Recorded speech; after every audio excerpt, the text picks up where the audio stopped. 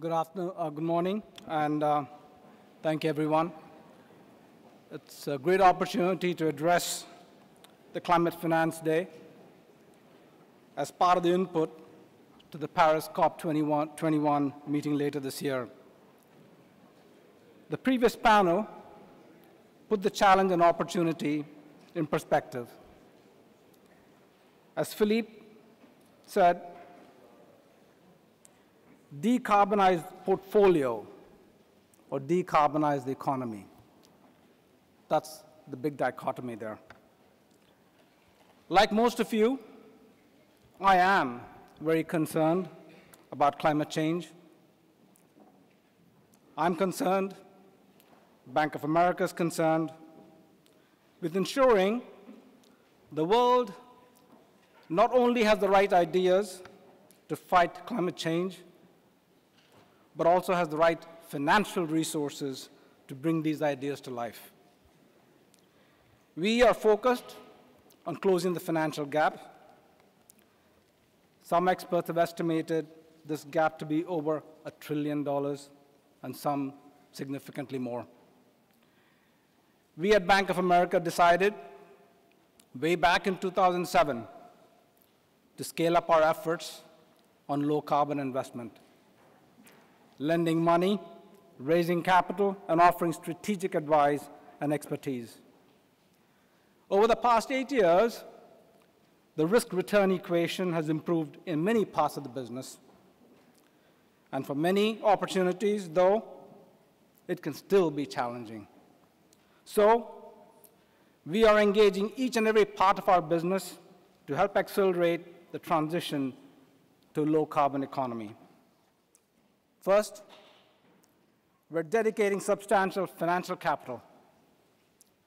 Since 2007, we made commitments totaling $70 billion for environmental investment. We're now about $39 billion in and doing more every year.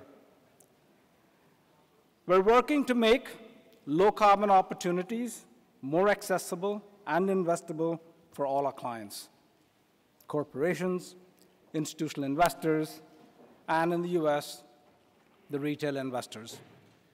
That's why our CEO, Brian Moynihan, announced the bank's $1 billion Catalytic Finance Initiative at United Nations Climate Summit in September last year. This initiative is bringing together multiple partners with new approaches to mitigating risks inherent in clean energy financing. Today, our credit exposure to renewables is 3 times as much as our exposure to coal mining. We're making progress. Second, we're committing intellectual capital. Financial capital is the lifeblood of innovation and technological progress. Perhaps even more important is dedicating intellectual capital or creating innovative financing solutions to broaden the investor base and accelerate capital flows.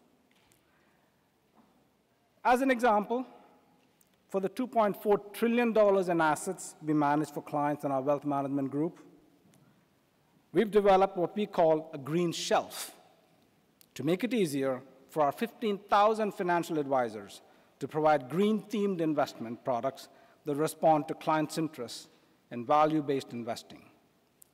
We have seen 40% growth in ESG-related assets under our management. In our investment bank, we've been leading design of products like renewable energy yieldcos and corporate green bonds, and we've talked a lot about corporate green bonds here today.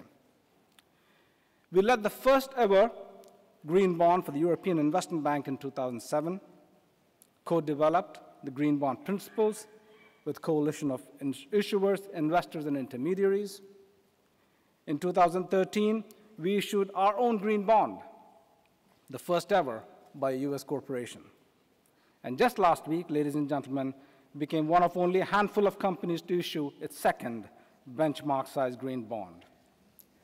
Since then, we put green bonds to work in many ways, creating the first green project bond of Latin America with Energia Ecolica, that creates exposure for investors across the United States, Europe, and Latin America to wind farms in Peru. The third of our themes is public-private partnerships. In all this work, we are committed to public-private partnerships. We won't solve the climate challenge with just private capital or public capital. We have to pool our resources and our best thinking to create and deliver real solutions. A challenge like climate change requires all hands on deck. We won't solve this with just businesses, just governments, just academia, or nonprofits. It is all of us together. Last month, we hosted in New York a meeting of the Global Innovation Lab for Climate Finance. This effort is developing some exciting new ideas and financial structures for mobilizing private investment in the low-carbon sector in emerging markets. We hope that these are picked up by the Green Climate Fund, which we also support in an advisory capacity. Finally, we are committed to reducing our own operational environmental impact. We're reducing the environmental impact of our operations and our 220,000 employees around the world. We have some of the most aggressive operational goals in the industry, well beyond the IPCC recommendations, and we offer employees financial assistance in purchasing low-carbon products like electric vehicles and solar panels. All of us in this room know that we must quicken the pace to address the threat posed by climate change. A deal in Paris by policymakers provides a catalyst for low-carbon investment flows. I look at our industry, financial services, and believe we play a unique role. Our industry holds the key by unlocking capital that can help fund the innovations that will lead to a cleaner energy future. Some of you may know that I was co-chair of the Sustainable Energy for All initiative of the Finance Committee of the World Bank and the United Nations. We estimated that to achieve the three lofty goals of SE for All, which is energy access for all, doubling renewables from 18 to 36%, and doubling energy efficiency by 2030, we need $750 billion a year. That's a lot of money. $750 billion a year. 325 by the MDBs, and 325 billion from private sources. To bridge the gap and make the projects more financeable and investable for the private sector, we concluded a few recommendations I'll share with you. On the MDBs, Rachel Kite, the World Bank, and her team and we worked together on. The opportunity for the MDBs is to roll up the projects to make them of size to invest. MDBs should consider not just lending to opportunities, but de-risking the projects. So the private sector, and you heard a lot about the investors out there, the private sector would then step up to invest in those projects. De-risk, take away that sovereign risk, minimize that FX risk, delay the tenor risk. MDBs can co-lend with the private sector with subordinated and senior debt, and so make it more financeable. We need all those alternatives. This is to help us leverage the enormous capacity of the MDBs and the private sector. The asset managers and pension funds that you've just heard from are a source of many trillions of dollars of money. They are keen on investing, and you've heard that today. They're keen on investing in sustainable opportunities. Their clients are pushing them to invest in sustainable opportunities. But we hear from time and time again that they don't have enough supply. There's not enough opportunity out there to invest. And the reason why, ladies and gentlemen, is the risk element that we just heard about, the correct pricing of that risk.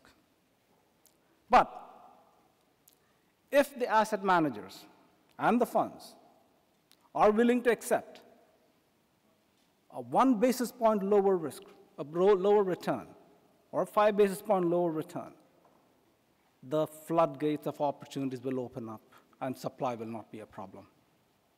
We talked about green bonds a lot. Green bonds today are priced the same as a regular bond.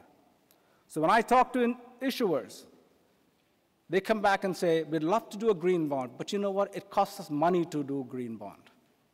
It's more expensive for us to do a green bond.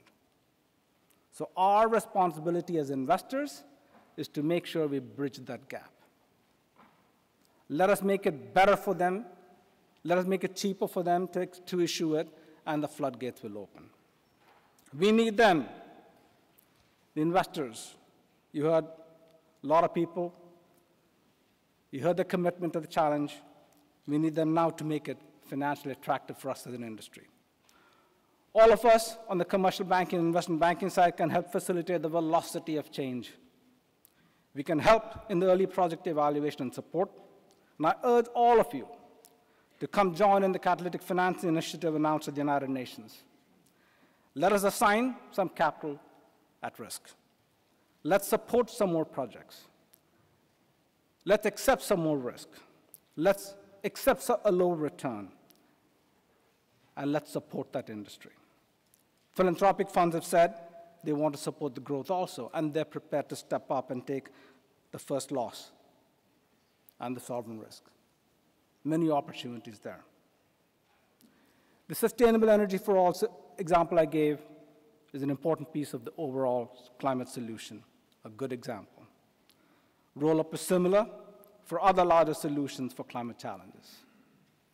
We have all heard today of the challenges ahead in the last couple of days. We sense the urgency.